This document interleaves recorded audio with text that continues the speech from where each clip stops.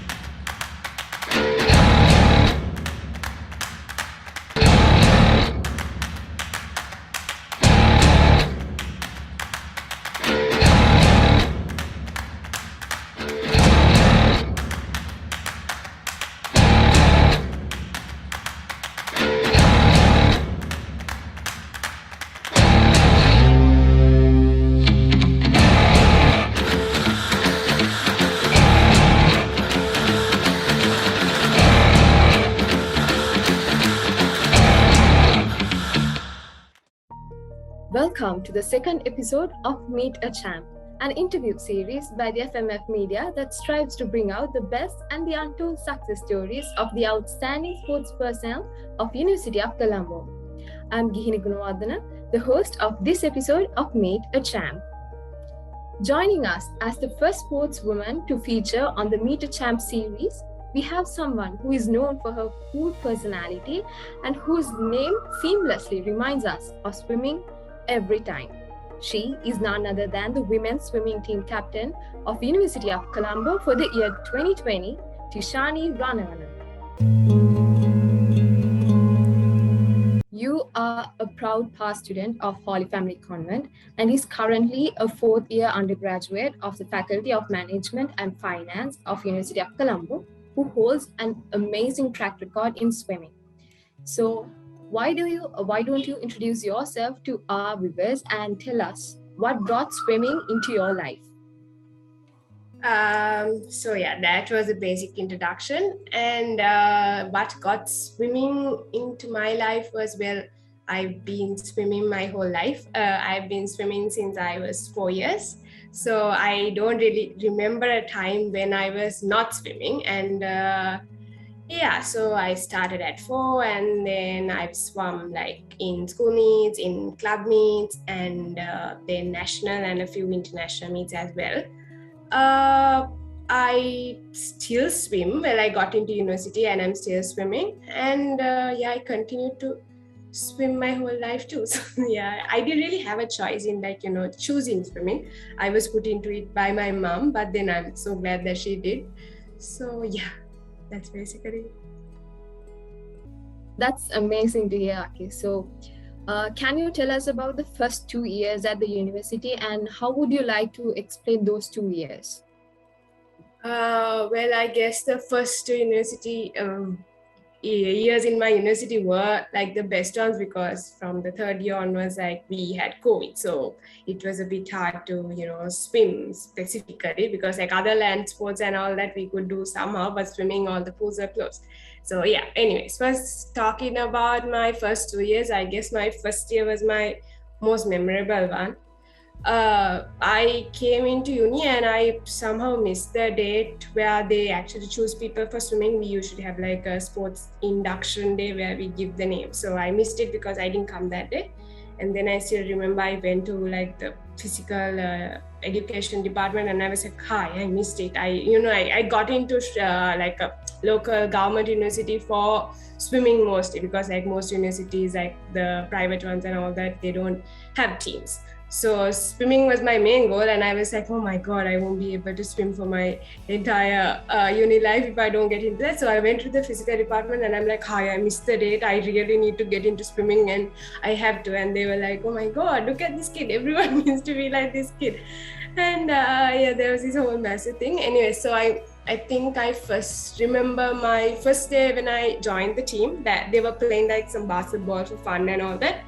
And my first day, I absolutely, I'm bad at basketball and any land sport for real. So they were doing basketball and it knocked my little finger and I think I broke it right then and there, but I couldn't really tell the team because, well, it was my first day. I can't be like, hi, I broke my finger, right? So I like kept quiet and I went home. So anyways, that was my first impression. That's my first day at with our team. After that, well, I joined the team before freshers. Usually most people join the team after freshers they choose, but then in my case they just took me to the team and I was already a team member before freshers. And well, yeah, I did the first year was very fun because like we had like a massive team and we had a meet in Rajarata. So we had like a camping session before there for 3 days straight. So we were all there swimming and eating and sleeping. That's all we did. And so the meet was there that year. We had like a close championship. Almost we got the championship, but we lost a few marks to Japura. And my second year also, we had like the slug. So that was in Ruhuna. Both those years were really fun because like we got to travel for our meets and again, like, you know, the team bond was really there because we could always go for training and it was fun, in general. That's quite great information that is coming from you. So usually we do some research on every sports person who get featured on the series. And we, of course, came across some interesting facts about you as well, all thanks to your friends who willingly shared their fond memories of you. So I'll be reading out few statements that they made. So you can either deny or accept those facts with a brief explanation. Okay, so here goes the first one. You were studying amidst the Sri Lankan University Games back in 2019, all throughout your stay in Ruhuna. I was. I had like ACA exams, I think the next week. So, well, the thing is I tried to study overnight, but then it was all more of a show rather than actually studying. I mean, I couldn't really concentrate on it because, there was the meet also, but then, I tried, which didn't really work out. So moving on to the next statement. When things get hard while swimming practices, especially during endurance training, you were the one to crack a joke and try to cheer everyone up in the team. Well, really? Who said that? I mean, I do talk a lot, I guess, more than other people. We don't really have like big breaks between swimming. I mean, we have like a 10-second, 1 minute break, but I always talk with someone for that 10 seconds. I guess I do make jokes, but usually mostly, I mean, I am the joke. People laugh at me, so I don't really do anything. It's just, I guess, and no at the same time. Other people make jokes too, but I do too, Actually, this information, they are coming from very reliable sources, so you can't deny most of this stuff. Moving on to the final statement, which is you are the unofficial transport provider / equipment delivery service provider for the team and your friends. Also, it's rumored that you are being tracked of where you are traveling by your car. Who even knew this? Yes. I am, well, equipment, of course, like I got it after I became the captain. So usually the captain carries the equipment.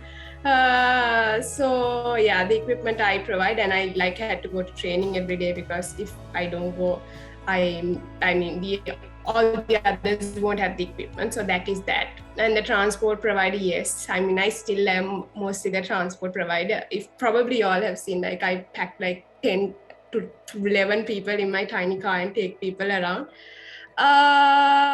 And what was the other one? Yes, my mom. Yes. Oh my God. Like, but then my mom probably won't see this, so I'll just tell it out loud. My friends actually gifted me a GPS blocker so that my mom can't track me anymore. So I mean, I currently use it. I used it yesterday, so I put the GPS blocker so that she can't really it blocks the tracker, so she can't really test me anyway. Anyways, yeah. That's awesome. Let's hope that your mother listens to this interview. Yes. Okay. So as an interesting question, I would like to ask, what is your best memory that you can recall from your university experience up until now? Best would probably be my first inter-university meet, because like I can't remember the exact date, but let's say the meet was on like Saturday and Sunday. So we went to Rajarata, like I told, it was in Rajarata. So we went there on a Friday. Everyone went in a bus, but the thing was I had a mid exam on Friday, so I couldn't really go. So I had to go in my private vehicle at night. And I was like dead tired after I went there. So somehow like the team kind of had expectations from me, I'd say, because I was like a new swimmer and I was like good. So they hope that the events I do, so a person can usually do 3 events. So the events I do, I would like get them something from there. But the first 2 events on Saturday, like I don't know, I was very, very bad at it. So I didn't really score anything. I think I became like 6th or 7th, I guess, but then they were expecting more. So I still remember I was down because I felt so bad about letting the team down. I went and cried. So and then my captains at that time, Samira and Limashi, I still remember like one was on one side and the other was on the other side, and they were like mom and dad to me. They were like hugging me and they're like, hey, that it's okay, you can do this, like we don't mind it and all that. And like I was crying and they were like consoling and everything. It was very embarrassing but then touching at the same moment. Anyway, so that was on Saturday. On Sunday, so I just had one event left, and that was like it's the 100 fly butterfly event, which many people really don't want to do. You'd probably know, you've done a bit of swimming. Not many people wanted to do. So I had that event, and I became first from that. So like everyone was like, I was overjoyed. Everyone else was overjoyed because like after like a really, really bad day, in the hard event, I actually took a place, and it was nice. I guess that was, I've got many places in inter-uni and all that afterwards, but that was like one memory which stuck because of the support my team gave me, I'd say.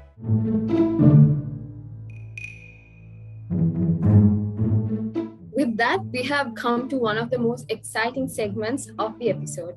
It is the time for this and that round. Don't think too much, just go with your instincts and give us your honest answers. Okay, here we go. So, internet or TV? Internet. Sunscreen or sunglasses? Sunscreen. Hard training or self-discipline? Hard training. Car or phone? Car. Comfortable silence or incredible conversations? Incredible conversations. Being trained or training by yourself? Sorry, repeat. Being trained or getting trained by your own self? Be trained. Popcorn and film night or dinner and dancing? Popcorn and film. Late night swim or early morning swim? Late night. Time travel or space travel? space. With the fun round coming to an end, let's get into some serious talk. Despite being the women's swimming team captain, you took care of the entire swimming team as a responsible captain. You are a well-performing swimmer and a brilliant student. So how did you manage between your academics and sports? I really don't have an answer for that, because I don't know whether I managed really. Like I told, you asked earlier whether I studied during my meet. So I try. Mostly I'd love to say, like other people do, I balance my things and I do this at this time and do that at that time. But really, practically, I struggle too. So so in my captain year, let's say, so my point was like, I have swimming on these days. I'm not skipping swimming on these days. So whatever time I have, whatever time I've left, I would dedicate it to, the other stuff I do. Other than studying also, there was like Rotaract and everything I did. So like I would make my priorities first. I'd say, okay, swimming, I have to go. This I had to do and have that. And the rest of the time which I have, I would, study or do something. But I'd say it didn't always go according to plan. But I somehow, slept less before the exam day or something. And I somehow got through. I guess determination is what matters most, because like sometimes things don't go according to plan, what you want and all that, and sometimes all things get back together. I've had like meetings, exams and meets and events which I've organized all together in 1 week. So I had to like multitask. There was this one time I had to chair a project while I was in a meet, and I guess that was in the 2019 meet too. So I was calling people and doing that. So it gets hard sometimes, but as long as you have the determination, okay, I'm going to do this, that and that, I guess you can fit everything into a plan and do it. Yeah. That was super profound answer. So with the change, how did that affect you and your role of captaincy, and how did you cope up? It was actually a very, very sad time. I still remember when I was handing over my captaincy, I was crying at home alone. Because so when I first joined our team in my first year, I was hoping that I would maybe become captain someday. I wasn't sure. There were brilliant swimmers with me. But then I had a hope, because I loved my team. I still do. So when I got it, I was like, oh yeah, I got it. And then COVID hit. So there were very minimum things I could do. At first, me and my the men's team partner swimming, we do it together. Both teams do it together. So like we got this strategic plan and everything, and we changed a lot of things. Like we made training sessions from 3 to 4. We had like trials every month, and we changed a lot of things. So we had like a plan on how to execute our meet, how to do it, how to win, because we were always tie with the Japura team. So we wanted to make like a strategic plan to somehow overcome it. So all that was there, and we did all that. We did implement it till February, and then suddenly COVID hit. So we had to stay back home. So what we did was, even the amalgamate presidents and all that at that time told to have like home sessions of training and all that. So we gave like sets for people to do it at home. And we followed up whether they did it or not. And also, I remember one time at around July or September, the uni opened for a few days, and I still remember I was like the only person with the team in the ground. So swimming wasn't open, the pools weren't open, only the ground was open. And as soon as they gave it, I took my team and went out and like made them do land training sessions. And after that, I think 1 or 2 teams were there, but then we were the ones who were like continuously there during those few days. But then again, the second wave hit. So again, we were at home, and then it was back to like home sessions and all that. But the men's team captain and I also checked time to time whether our team members are doing okay, whether they are trained, whether they are doing physical the exercises we've given at home and all that. But yeah, it was very sad. We had a good team. We had a team which could win that year's inter-university, and we had a good plan at it. But things happen, so we weren't. I did my best till COVID happened, and I think I did my best during COVID to whatever I could do, because unlike other sports, I can't really tell them to go to a ground and do it. So it was very hard. But as soon as I opened, I did my best, and after it closed also, till the last moment, till I gave my captaincy up, I think I did pretty well.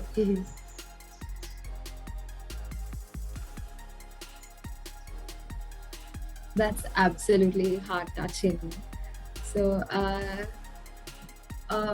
would like to ask this question. Where do you see yourself in future, and what do you think that the future holds for you? Where do I see swimming-wise or just life-wise? In general, like it can be anything. In general, well, my ambition is to become a pilot, which is very, which is out of like what the degree I'm doing. But then this is like a backup plan. So in my future, I would love to be, a captain, flying aircraft. Well, swimming wise, if I tell you, like I told you, like I've been swimming my entire life, and I hope I will be swimming the rest of my life too. And like these 2 years have been so hard without swimming. Like I got some opportunities to swim, but it's so hard, like not doing what I always do. So swimming wise, of course, unfortunately, I think my professional career is over. I don't think I will be joining, like an institutional team or something to continue. But I'll be swimming for the rest of my life for sure, because my body needs swimming. I keep on getting fatter because I don't swim right now. And otherwise, in life, general wise, I would love to be flying and living a fun life, I guess. I don't really see myself anything other than a pilot. Yeah. Wow. So we wish you nothing but the best with your future plans. And lastly, what is the message that you would like to give out for the youngsters as an aspiring past sports captain? I would say a right team and a right passion would do it, because I would say this, I would tell a backstory. So I was swimming since 4, but then my real passion for swimming began when I was around 16. That was when I was school captain. So why that happened was, swimming is an individual sport. So I'm particularly talking about swimming. I get to normal sports. So swimming is like a individual sport. So mostly we train individually. We do belong to a team, but we mostly train individually. So that is what happened till I was around 16. But then we got this new coach and we had to train together. And that is when I actually got a team for myself, and I was the captain of it. And I saw how much my team struggled, how much effort they put into it. Even though they failed, they did it again and again and did it tried to do something. So sometimes I went for training just for my team, just to talk with them. And I tell, as soon as I touch the ball, even 10 seconds, I speak to people. So just to hang out with them. And that was fun. That was a fun aspect. But with that comes so much of, motivation and backup from your team for you to do your best, to try your best, and to, even when we compete each other, it's like we motivate each other to do better and to make our make us faster and all that. So I'd say find your team, because even in individual sports, I mean in group sport, team sports, obviously you will have a team, but that also find your right team, like make your team your family, so that practices would be a fun place for you to go. Practices would it's your relaxed time, I'd say. I mean, practices almost make you feel like dying, but for you to have the motivation to actually go for practices and to do it and to hang out with your friends, that slight motivation would make you go for training and make you better. And at the same time, it would build up your team spirit and give you a family, I'd say. And having the passion also, I guess, comes from that. Do whatever you want, because in my case, I would always say, if you have the right passion, you go ahead and just do. If you do a sport, just keep on going and keep on doing it, because in sports, I'd say, with my experience, practice makes you perfect. So whatever you want to do, you can do. So just go and like keep on doing it until you're good at it, I'd say. I'm pretty sure that this would be a very useful and an insightful session for all the youngsters who are watching this. And with that, we wrap up the second episode of Meet a Champ. Do subscribe to our official YouTube channel and stay tuned for more exciting content in the coming weeks. Thank you.